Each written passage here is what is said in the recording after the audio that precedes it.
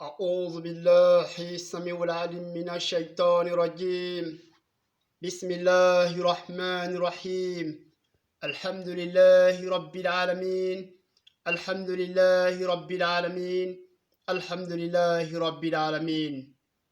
Après le remerciement d'Allah subhanahu wa ta'ala, le tout-puissant, le très clément, le tout miséricordieux, le très miséricordieux, Allahu, celui-là même qu'on ne peut jamais finir de remercier. Chers parents, je me présente à vous. Qui suis-je? Je suis le Messie promis. Je suis le retour de Jésus. Chers parents, Jésus-Christ, le fils de Marie, ne reviendra plus sur terre. C'est moi, le Messie promis. C'est moi, je dois guider l'humanité vers le paradis. La personne qui va me suivre entrera au paradis. La personne qui ne va pas me suivre entrera dans l'enfer. Alors, chers parents, je vous interpelle tous de me suivre. Je suis l'informateur du monde. Je répète encore, la personne qui me suivra entrera au paradis. La personne qui ne me suivra pas entrera dans l'enfer. Nul n'entrera au paradis sans passer par moi. Alors, chers parents, je suis le Messie promis. Ce n'est pas le fils de Jésus, le fils de Marie, Jésus-Christ, qui reviendra sur terre encore. Il est mort. Allah subhanahu wa ta'ala nous a expliqué ça clairement dans le Coran. Il dit dans le Coran, dans la sourate Imran, d'abord, il dit, lui, Allah subhanahu wa ta'ala, il a sauvé le fils de Marie de la main des Juifs. Les Juifs voulaient tuer le fils de Marie. Au verset 54, Allah subhanahu wa ta'ala dit Wama karu, wama kara, Allahu kairu al-makirina. Et nous dit le coup que les Juifs ont botté pour tuer le fils de Marie, Jésus-Christ, ils ont voulu le crucifier, le tuer. Ce coup-là, lui, Allah subhanahu wa ta'ala, il a fait échouer ce coup. Car lui, Allah subhanahu wa ta'ala, il connaît leur machination. Dans la même sourate, au verset 55, le verset suivant, Allah subhanahu wa ta'ala nous dit, en ces termes, il dit, malgré que je l'ai sauvé, au moment où j'ai eu besoin de son âme pour l'emmener chez moi, je l'ai tué. Donc, il dit, j'ai tué le fils de Marie et ramené son âme vers moi. Il dit ça en ces termes, en s'adressant directement au fils de Marie, Jésus-Christ. Il dit, oh Jésus, je vais mettre fin à ta vie, je vais te tuer, te ramener vers moi. C'est-à-dire, je vais te tuer, ramener ton âme vers moi. Te débarrasser de ceux qui n'ont pas cru. Et juger entre vous le jour du jugement. Il dit en ces termes en arabe, il dit, Ya Isa, inni mutawafika. Ça c'est en arabe. Inni mutawafika. Il dit, je vais te tuer et ramener ton âme vers moi. Ça c'est après avoir le sauvé dans la sourate, dans le verset 54. Mais ce que les gens ne comprennent pas, ils se basent seulement sur le verset 54, qu'il a été sauvé, il n'a pas été tué par les Juifs, mais ils ne regardent pas cette sourate où on dit « Inni mutawafika ». Chers parents, chers ceux qui sont dans les mosquées, arrêtez de dire que le Fils Jésus-Christ va revenir sur terre. Il est mort, il ne reviendra plus. La personne dont on a parlé dans la sourate Al-Zukhruf, c'est de moi on parle.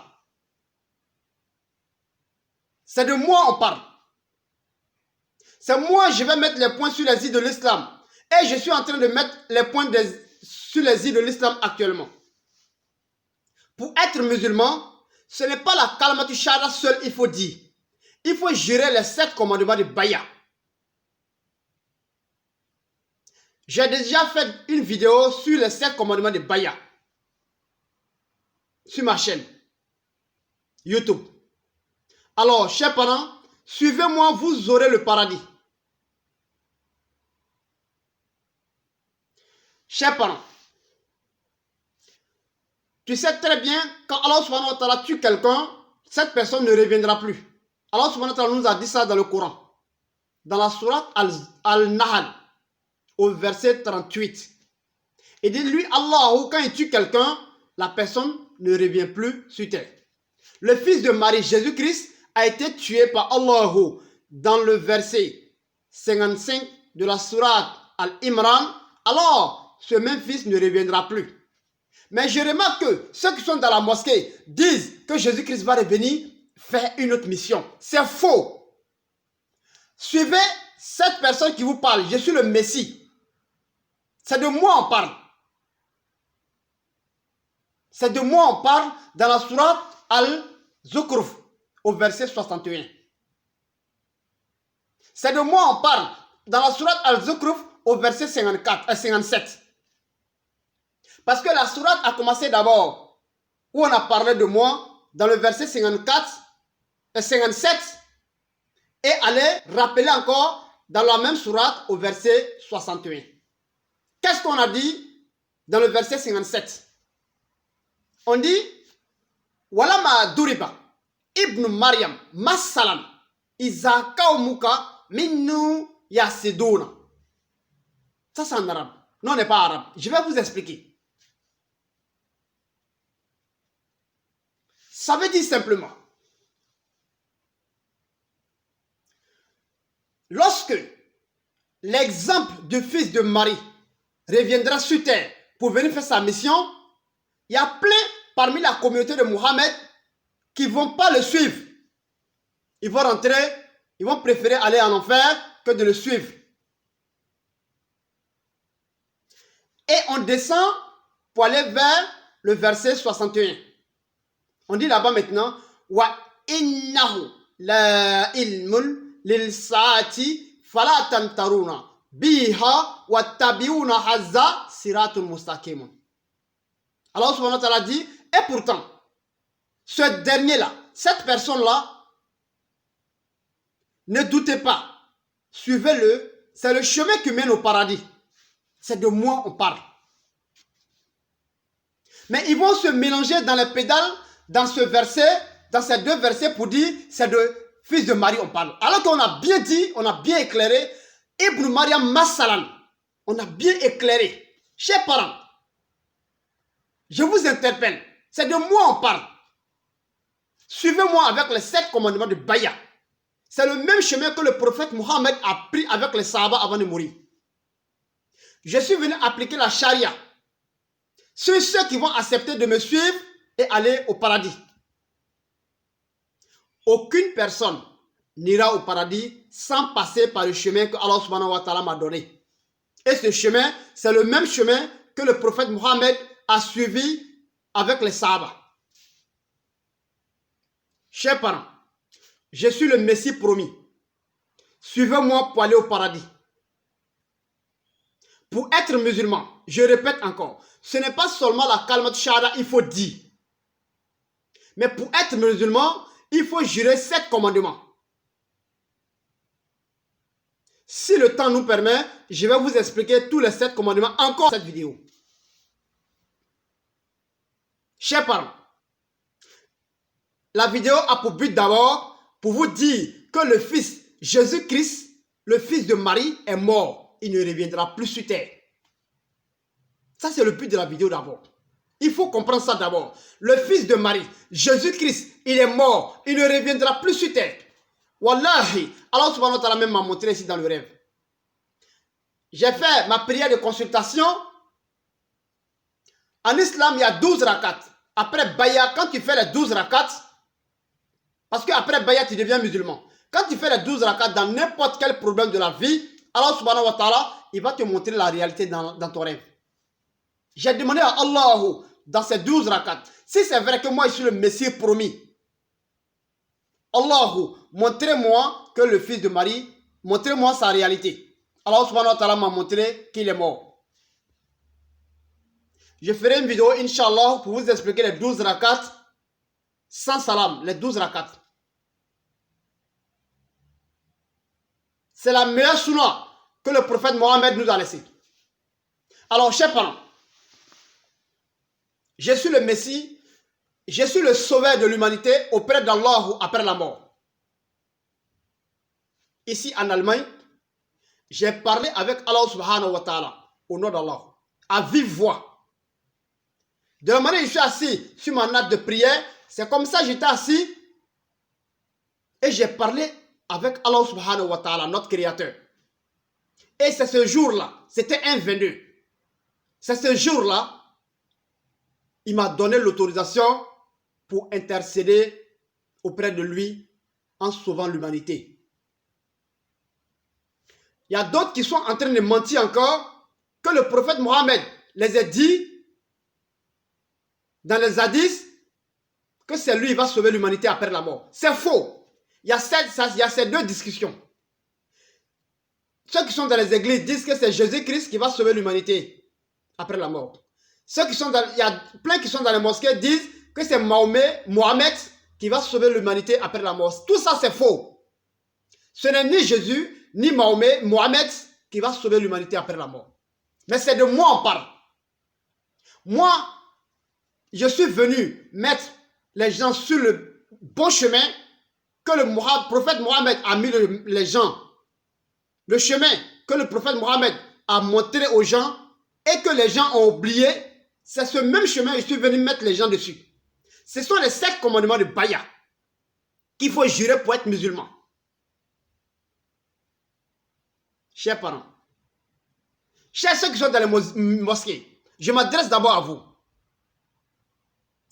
Ceux qui sont dans les mosquées, sortez des mosquées et jurez d'abord les 7 commandements avant de rentrer pour continuer vos prières. Ce n'est pas la Kalmati Shahada seule qui fait que tu deviens musulman.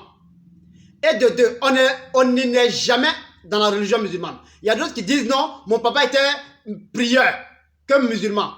Musulman comment? Que donc moi je suis un enfant, un musulman, je suis né musulman. Là, on n'est jamais musulman. On devient musulman. Alors, chers parents,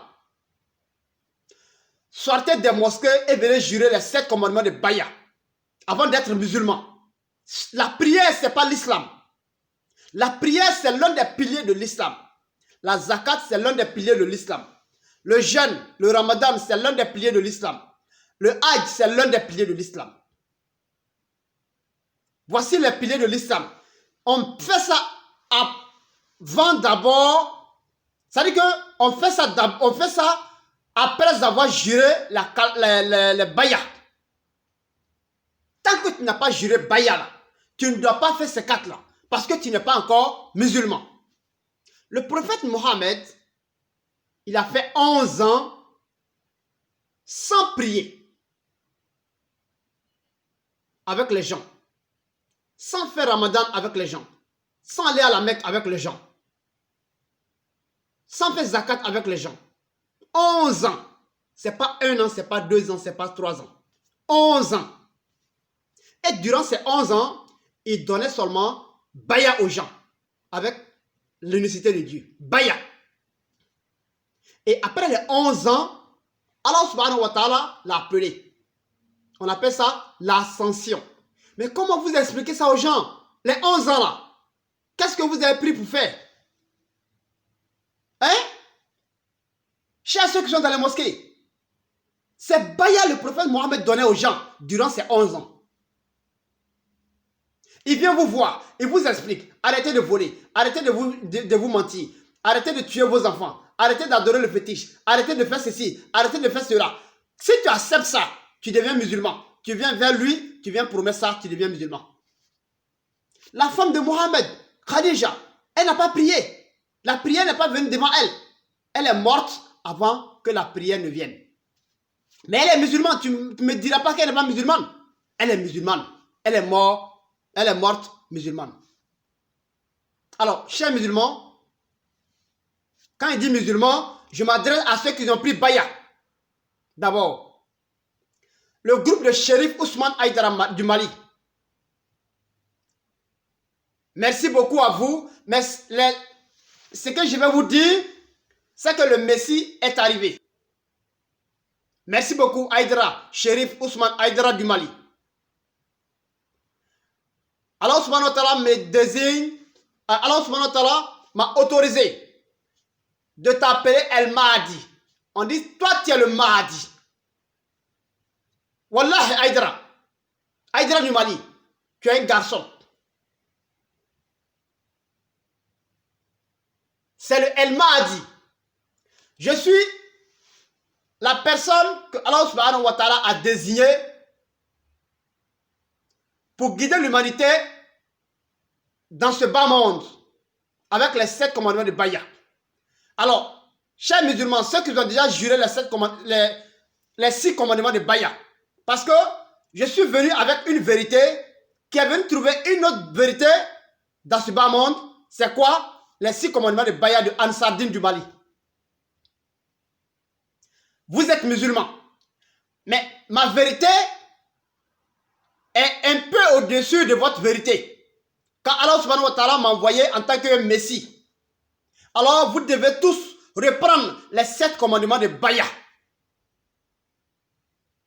Cher Ansardine du Mali, voici les 7 commandements de Baya. 1. Je m'appelle d'abord Enza Tivo. Alors, je suis le guide de l'humanité. Vous devez dire point de divinité. Avant de dire ça d'abord, il faut que tu acceptes que le prophète Mohammed est le dernier prophète. Il est le dernier. Il faut que cela soit dans ton cœur d'abord. On ne peut jamais devenir musulman sans prendre la kalma shahada d'abord. D'abord, ça c'est le 1. Après, tu prends les autres 6. Mais on ne devient jamais musulman avec seulement la kalma shahada. Ça fait 2. Il faut comprendre les 2 termes. On ne peut jamais devenir musulman sans prendre la kalma shahada. D'abord. Mais on ne peut jamais devenir musulman avec seulement la kalma shahada. J'espère que c'est bien expliqué. Alors, la kalma shahada, tu peux regarder d'abord dans la sourate Al-Maïda au verset 5. Où Allah subhanahu wa ta'ala dit, la personne qui n'a pas la foi n'est pas musulman.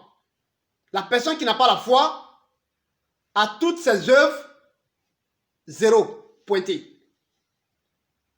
C'est-à-dire, tant que tu n'as pas la foi, lui, Allah subhanahu wa ta'ala, il ne prend pas tes œuvres. Alors, la foi, c'est quoi? Il y a 7 piliers. Il y a 7 points pour être quelqu'un de foi. Il faut croire d'abord à Allah. Il faut croire aux paroles d'Allah. Il faut croire au jugement dernier. Il faut croire aux anges. Il faut croire aux messagers. Il faut croire à la mort après la vie. À la vie après la mort. Il faut croire au destin. C'est-à-dire à la destinée. Voici les points de la foi. Alors, après avoir cru en ces 7 points, il faut jurer maintenant la kalma shahada. C'est là qu'il faut prononcer maintenant la kalma shahada. Maintenant, puisque moi je suis le Messie, je suis la vérité d'Allah, alors mon nom sera dans la kalma shahada. Partout on disait le nom de Mohammed, c'est là-bas on met mon nom. Alors, il faut dire en arabe d'abord, La ilaha illallahu enzatibulahi siratul mustaqimun. Ça veut dire quoi? Point de divinité à part Allah et enzativo d'Allah est le seul chemin du paradis. 2. Au nom d'Allah, je n'associerai jamais rien sur Allah. 3. Au nom d'Allah, je ne volerai jamais. 4. Au nom d'Allah, je ne commettrai jamais ni fornication ni adultère. 5. Au nom d'Allah, je ne tuerai jamais ni mon propre enfant, ni une autre personne expressement. 6. Au nom d'Allah, je ne mentirai jamais, ni sous mes pieds, ni sous mes bras, ni dans ma bouche. 7e et dernier, au nom d'Allah, je ne désobéirai jamais à ce qui est bonne action en islam. Comme je suis le Messie, par la grâce d'Allah, je vais vous guider dans le 7e commandement. Le 7e commandement où tu dis, au nom d'Allah, je ne désobéirai jamais en ce qui est bonne action en islam. Je vous donne là-bas 7 bonnes actions. Première bonne action, c'est la prière. Les 5 prières quotidiennes. Il faut faire à l'heure. Lorsque tu es en train de faire un travail et qu'il est l'heure de prier, il faut laisser le travail pour prier. 2. Il faut faire zakat. Zakat, il faut donner aux 8 personnes qu'Allah subhanahu wa ta'ala a désignées dans le Coran. Même s'il y a une personne là-bas qui est l'esclave, qu'on ne trouve pas beaucoup actuellement, il faut donner aux 7 personnes qu'Allah subhanahu wa ta'ala a désignées. On ne donne pas à autre personne. 3e bonne action. Il faut faire Ramadan 30 jours ou 29 si le mois a été diminué, c'est-à-dire que lorsqu'on a vu la lune. 4e bonne action. Il faut aller à la Mecque si tu as eu l'argent propre. 5e bonne action. Il ne faut jamais abandonner ta famille. Il ne faut jamais rompre le lien de famille. C'est-à-dire qu'il ne faut jamais rompre le lien de sang. 6e bonne action. Il faut aider les autres. Il faut aider le pauvre. L'amour pour les autres. Il faut aider les autres. Si tu as eu les moyens. 7e et dernière bonne action. Il faut être droit dans toutes tes actions. Voici les 7 bonnes actions après avoir juré les 7 commandements de Baya. Dès que tu finis de jurer les 7 commandements de Baya, tu deviens musulman. Maintenant, les 7 bonnes actions que tu dois faire dans toute ta vie, voici les 7 bonnes actions. Wallahi, si tu as suivi ça, après la mort, tu es le musulman, tu iras au paradis. Il y a d'autres qui vont me dire pourquoi j'ai collé la prière, le ramadan, la zakat, le hajj à Baya. C'est parce que tant que tu n'as pas pris Baya, tu ne dois pas faire ces choses-là, car tu n'es pas encore musulman. C'est pourquoi c'est collé. Avec 3 autres bonnes actions. Alors, chers parents, dès que tu finis de dire ça, le Tout-Puissant pardonne tous tes péchés passés. Wallahi, dès que tu demandes quelque chose à Allah, Allah subhanahu wa ta'ala va te répondre. Ce n'est pas la shahada seule qui te permet d'être musulman. Arrêtez ça, arrêtez ça. Le Messie est arrivé. Chers parents, je répète ça et je termine la vidéo. Je vous ai dit, c'est moi qui intercédera auprès d'Allah le jour du jugement dernier. J'ai parlé avec Allah subhanahu wa ta'ala à vive voix, ici en Allemagne, sur ma note de prière. Et ce jour-là, c'était un 22. Et ce jour-là, Allah subhanahu wa ta'ala a autorisé le prophète Mohammed pour venir me donner l'autorisation pour intercéder auprès de lui, Allah, le jour du jugement dernier. Et le prophète Mohammed, lorsqu'il m'a donné l'autorisation, il dit, le bien-aimé d'Allah, car le nom de Tivo que vous voyez dans mon nom, ça veut dire le bien-aimé d'Allah. C'est le nom que Allah subhanahu wa ta'ala m'a donné en rêve. De la manière il a donné le nom de Mohammed en rêve. Le prophète Mohammed m'a dit ce jour-là, lorsqu'il m'a donné l'autorisation, il dit le bien-aimé d'Allah. Voici l'autorisation qu'Allah subhanahu wa ta'ala m'a donné de te remettre. Car c'est lui qui est le détenteur de tout pouvoir. Il dit c'est toi, tu dois sauver l'humanité, tu dois intercéder auprès d'Allah après la mort.